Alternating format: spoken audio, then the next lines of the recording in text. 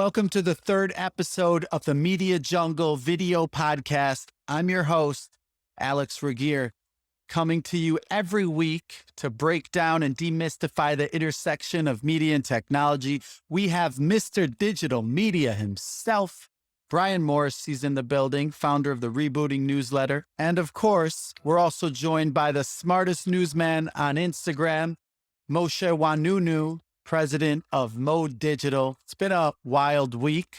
We're going to be talking about crypto going mainstream, the trends around getting famous on the different social media platforms, and the viability of crypto for media companies, and this whole Constitution DAO face flop craziness.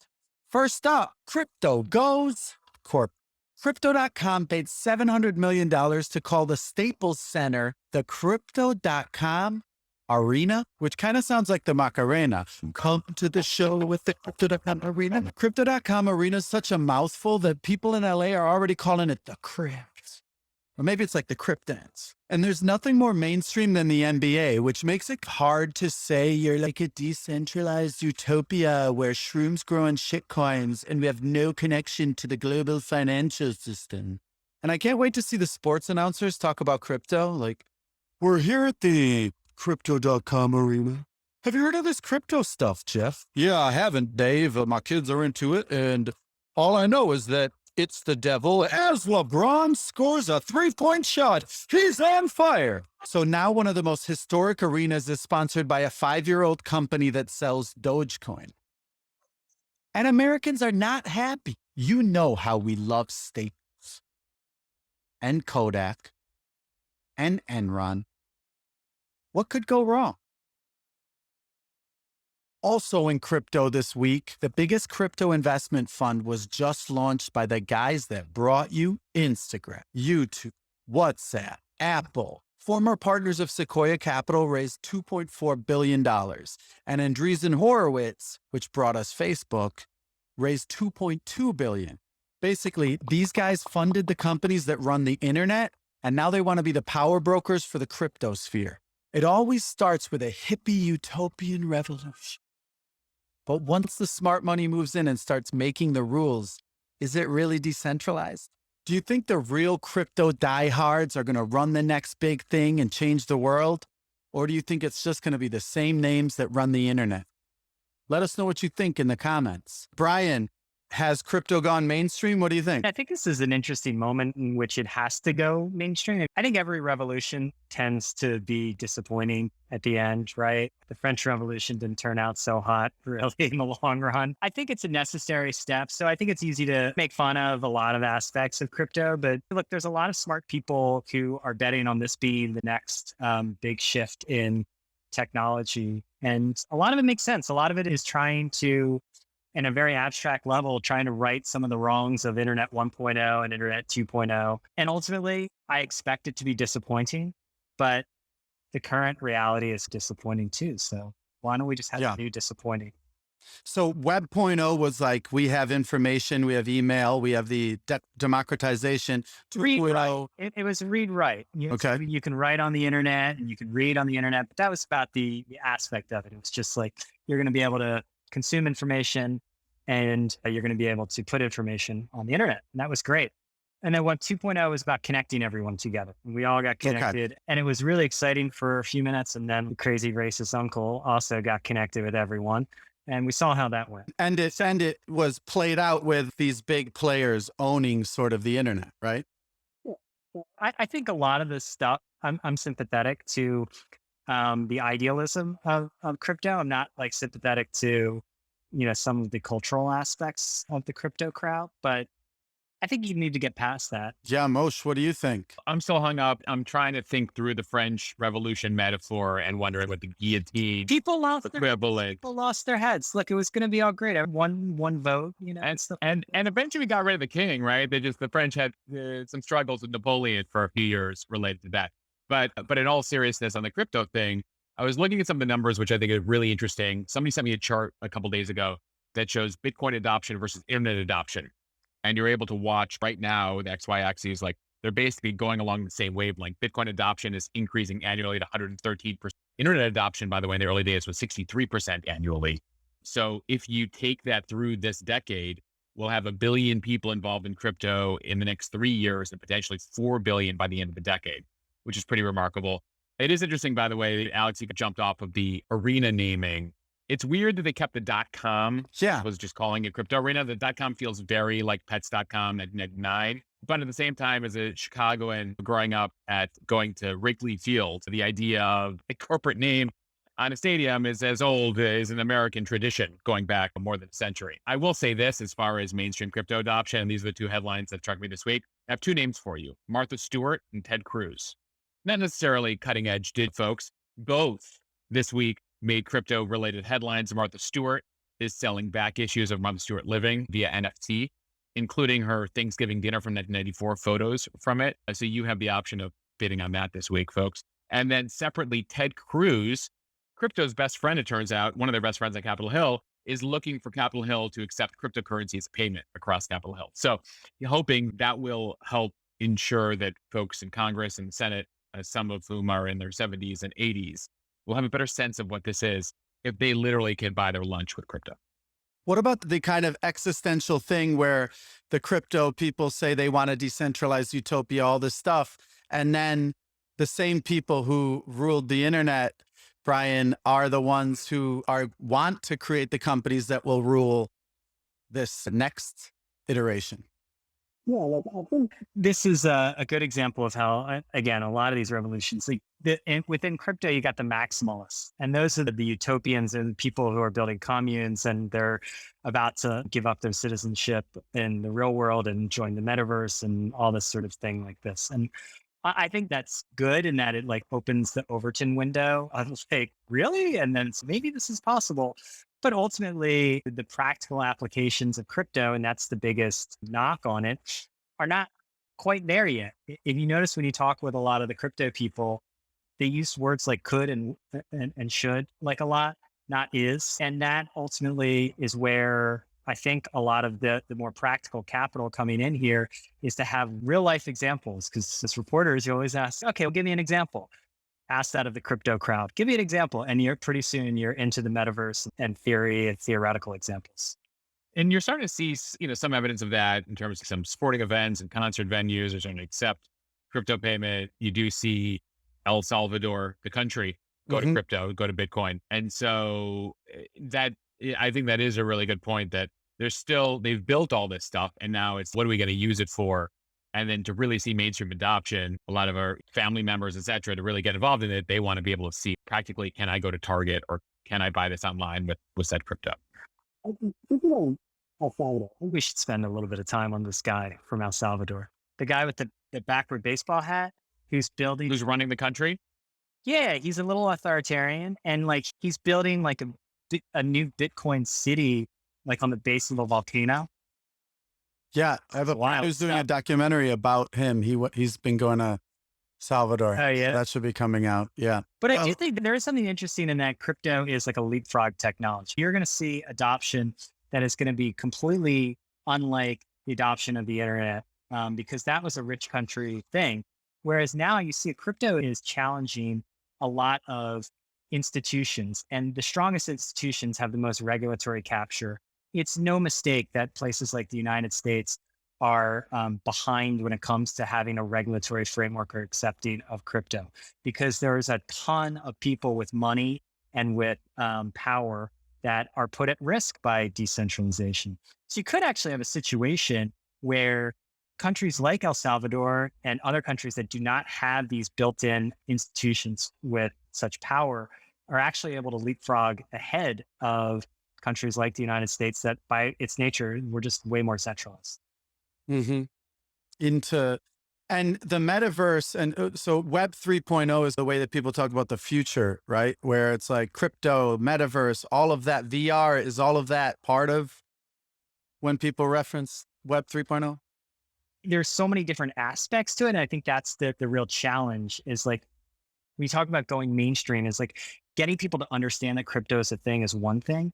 Having actual examples is yet another proof point, and really honing in on like, how is this going to affect people's lives? And most people see the stuff now as like, NFTs and the Constitution DAO, and it feels like gimmicks. And I understand the skepticism because Yeah. this stuff does feel like gimmicks. Martha's still selling an NFT of the Thanksgiving issue. It's a gimmick. Moving on, though, there was some interesting analysis by Axios about the 50 most followed accounts on each social media platform. So basically, it showed Instagram, we'll put it up, that Instagram is where celebrities were the biggest, Cristiano Ronaldo, Ariana Grande, and TikTok is the place they became their own stars. TikTok dancers, lip syncers were the biggest. And on YouTube, it was a bit more mixed and more international, US, India, South Korea, Russia, with music and entertainment as focuses. Facebook had more corporations, like Samsung was up there, and celebrities similar to Instagram. So Moshe, you had posted this on your Instagram. What were your kind of thoughts about? Just found it really interesting because what it really reinforced, number one, is that TikTok is this place where you can come out of nowhere, right? You have no following. The 5 most followed accounts on TikTok were created, like basically they created their own celebrities. Charlie D'Amelio, Addison Rae, folks like that. Zach King was getting a following with his magic tricks on YouTube, but really blew up on TikTok. Yeah. So it's interesting to see. Yeah. TikTok wins the award for the people that I had no idea who they were. You had no idea who they were. And they built a huge following, some of that off the music, but some of that just a place that really, we were talking about democratized social media. Really, you have a chance to be number one on TikTok. And last month, no one's ever heard of you. And I think that was pretty incredible. The lesson on Instagram is it really reinforces people who you already knew were popular, whether it's the folks you mentioned, the soccer stars, Ronaldo and Messi, Kylie, 2 of the Kardashians, Kylie Jenner and Kim Kardashian make the top 10.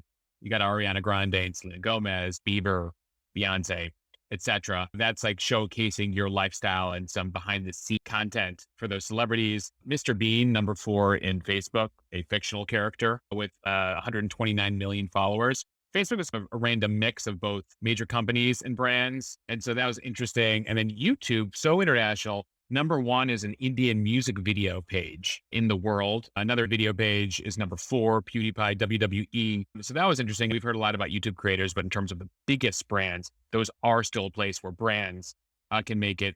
Though interestingly, companies and organizations are so focused on social media presence, but what really runs across all of them, minus I think Samsung being a top 10 at Facebook, God knows how they got that, is that it's all individuals, right? It's all individual influencers. And so when you're a big brand, you can focus on building your brand identity on these platforms, but ultimately you're going to need to leverage these individuals to get across your message.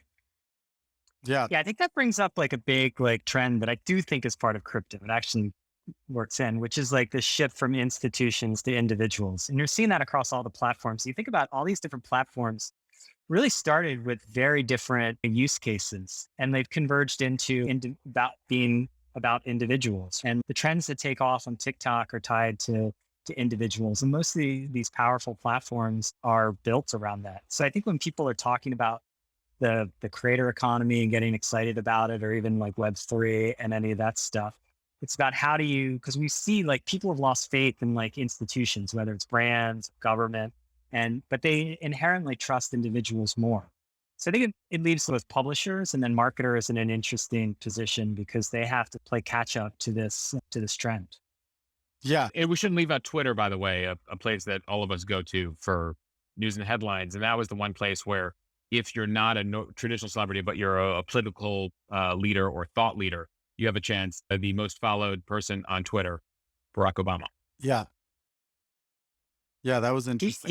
He follows me. I don't mean to brag. Does he? Yeah, because back in 2008, the early Twitter crowd, when he got on, he like followed all these people, and so he still follows. Wow. He follows tons of people. I'm not saying it like it's some special thing. Well, hold on one second. I've wasted a lot of time. All right, so he has 130 million followers. Obama follows 588,000 people. All right, about the population of Baltimore. That's what I'm saying. But Moshe, let's put this against the population of the United States or the world. Yeah, so I'm choosing because Barack Obama is president of the world. Yes, 588,000 out of 6 billion is impressive. I agree. That's my top social media connection. My second one is Omarosa, the one from The Apprentice, who then went into the White House. She and I are connected on LinkedIn. I don't know why. I think I think she thought she confused me with someone else. Is she giving you one of those referrals you got on LinkedIn endorsed for production? I mean, Leadership. I accepted the connection because I don't know how things are going to turn out. Might be useful. Yeah, Alex, what do you make? What do you make when you look at the list and how each of those social media platforms has evolved? It was interesting how YouTube was like, it's also multi-language. Is TikTok somehow, I guess you don't even need language, right? It's half text. It's more It's music. and different things. There is a different variation of it in China. Obviously, it's, developed by ByteDance or owned by ByteDance. I mean, obviously, we went through that whole issue during the latter year of the Trump administration there. But it is very international, right? But music, you could say, is an international language, and you don't necessarily need in a lot of those videos. And this speaks to, I think, some of the stuff in kind of Instagram Reels as well. You don't necessarily need to know the language or know anything about the creator or where they are to enjoy or be delighted in tech parlance by the images and video. Yeah. And they also, Facebook, it seemed, I guess it made me think like a lot of big companies spent a lot of money to get likes on Facebook in the beginning, and they're still big. So you had Samsung, you had CGTN, the Chinese news organization, like up there. Moving on, the topic still on the crypto chain or the crypto blockchain. It's a crypto constitution scam. Last week, 17,000 crypto nerds raised $47 million in just a few days for a bid on an early copy of the Constitution. It was revenge of the nerds. They organized using a DAO. DAOs are basically like fraternities where you pay dues to get into the cool crypto club. You can be on our private group chat. We can buy the Constitution and make it non-fungible. You college guys are all alike. Every member has a vote, so it's like equity in startups. But in the end, Constitution DAO lost the bid, and people couldn't get their money back, according to Vice News. Vice said they actually put $200 themselves into the bid, and that half of the money was spent on fees just to buy the currency. And get this, to get the refund, they had to pay the same fees again. So they ended up with almost nothing. But the guy who won the auction was Chicago hedge fund billionaire Ken Griffin, the guy who was accused of colluding with Robinhood and pressuring them to stop trading of GameStop. I want to be perfectly clear. We had no role in Robinhood's decision to limit trading in GameStop or any of the other meme stocks. But now he has the Constitution. Maybe next time, nerds. Where are they? I think they're talking about us. No way. So it appeared like this huge populist revolution to beat out the billionaires in the Sotheby's art auction turned into clusterfuck ever. So, Brian, I wanted to talk to you about, I know you've been looking into this. Clusterfucks, revolutions, and you've been looking into the DAO. What's your reaction to this DAO bid? This happened, I know, right now, so you haven't really thought about it, but I've thought about it. I thought about it while you were talking. No, like, do you know what I actually got reminded of? Like back in 2000, I remember I was like at Columbia and we had a Super Bowl party for all the students. And there was one like new media professor, Sri Srinivasan. He had a show like public access or something like called Shri's Web Tips, where he told like grandmoms how to use the internet. And he insisted, because it was a party, we had beer and we were going to get pizza at halftime. He insisted on ordering the pizza through the Domino's like website. And at the time, ordering a pizza on a website was a very unusual thing to do because you just picked up the phone and you called and you're like, I want a pizza. But Sri insisted that we had to use it. Guess what? The pizza didn't freaking show up. Okay. And we were all sitting there. At this point, we had quite a bit of beer saying, where the hell's the pizza? Why didn't you just pick up the goddamn phone? I was reminded of that with this like Constitution DAO, because early on, these things are always a mess. And just like ordering a pizza now, we don't even think twice of like ordering a pizza through our apps. Ordering a pizza like online was a very strange thing in 2000. And so this is a very strange thing too. And obviously much like our pizza from Domino's, it like didn't show up. The Constitution didn't show up because nobody goes into an auction and says, this is my maximum bid, because everyone else then knows what your maximum bid is. So it was stupid to begin with. But that, I don't think that means that like DAOs themselves will not iron out all of these issues. Yeah. Yeah. No, coming in and letting people know what your maximum bid is a rookie move for an auction.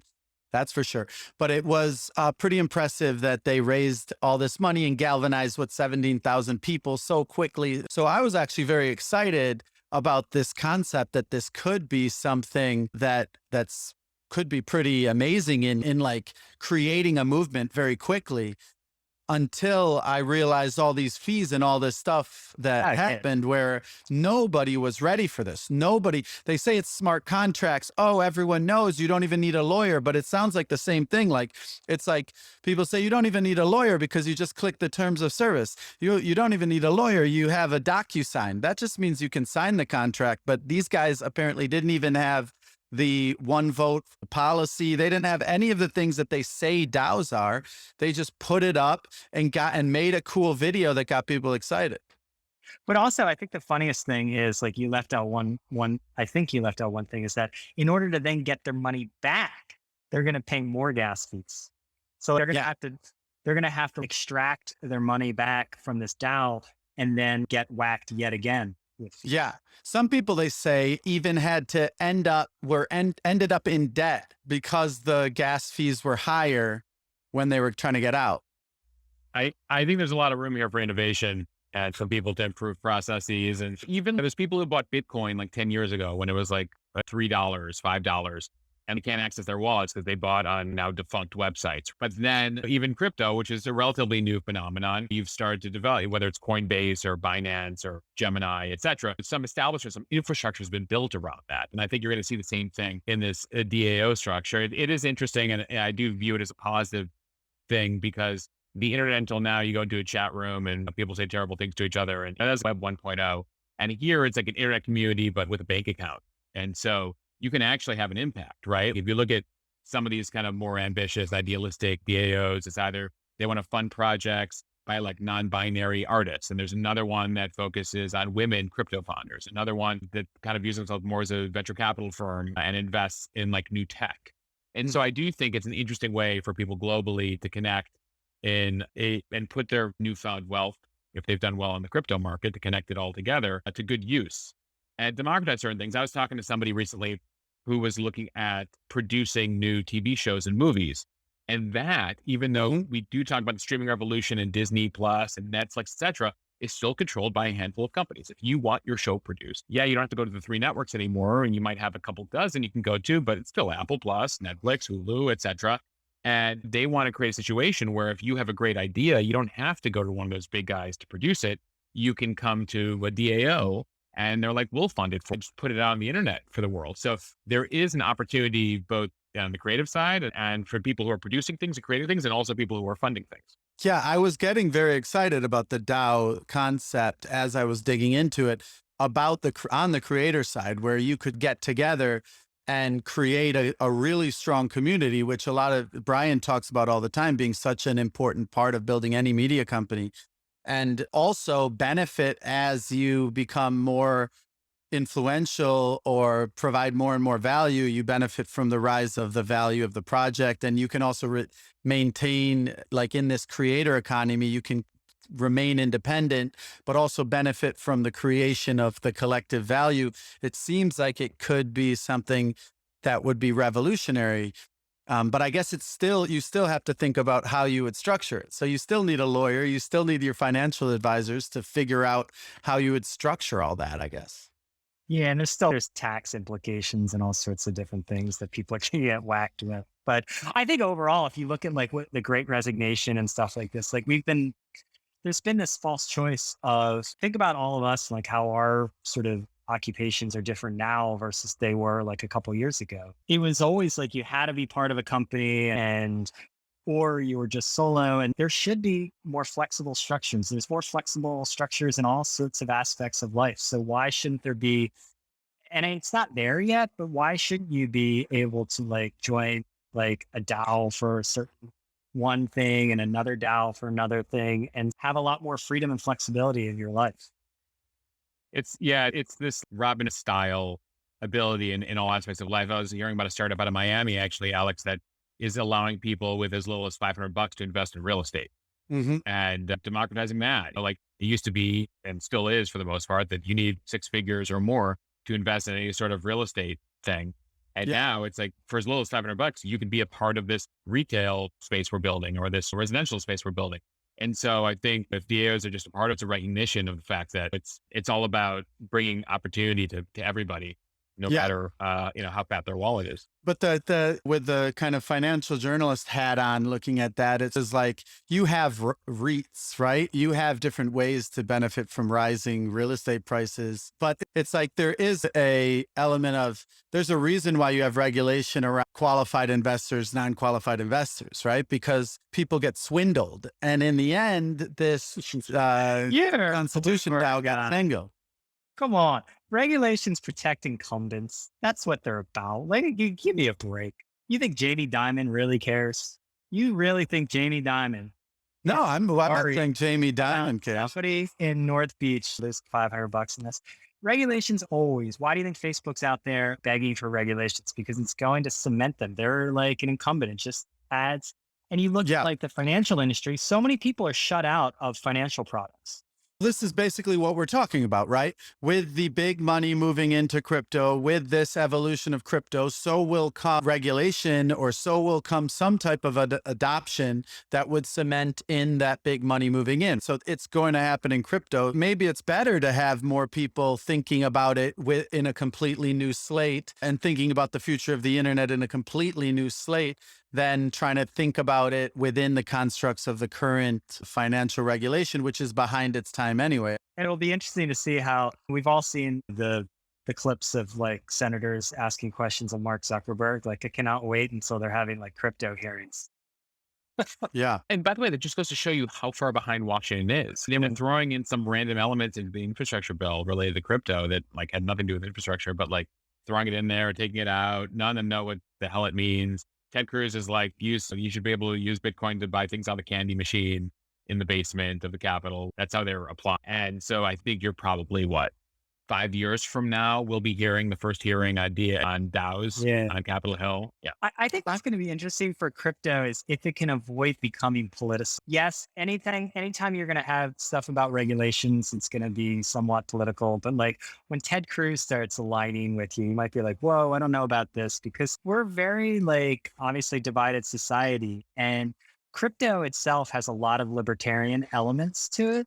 And if it becomes red versus blue issue, I don't think that's very good for crypto. It's very interesting because like blue has become establishment, red has become like a regular folks. Crypto seems like this democratized thing. So then you would take like lean right until something happens in crypto that Republicans go after it. Like they went after like social media companies where they feel there's some sort of inherent bias or whatever. But I don't know that it can avoid, Brian, and it'll be very interesting to watch borders go up around, or those lines go up around crypto, because everything else in society is now politicized. There's nothing that's immune. And I think it's a real risk because the biggest loudmouths in crypto to date are definitely like authoritarian curious. And they're like, they've read too much Ayn Rand, like when they were teenagers and never grew up. And I think that is a real problem beyond the complexity of mainstream adoption of crypto. Is like a lot of its biggest cheerleaders are assholes. And I don't think that's generally good for getting like regular people like excited about it. And to go full circle here, its first real adoption in the country writ large is done effectively by an authoritarian style leader in El Salvador, who's imposed it on his country. Wow. Yeah. Lots to talk about for the Thanksgiving dinner table. Maybe we should create a DAO to just decide which topics we can talk about. One vote, one person. Thanks for watching till the end. Like and subscribe, and also leave a comment with any ideas you have for the next episode. We're doing this all for you. Have a great weekend. See you next week. I'm out.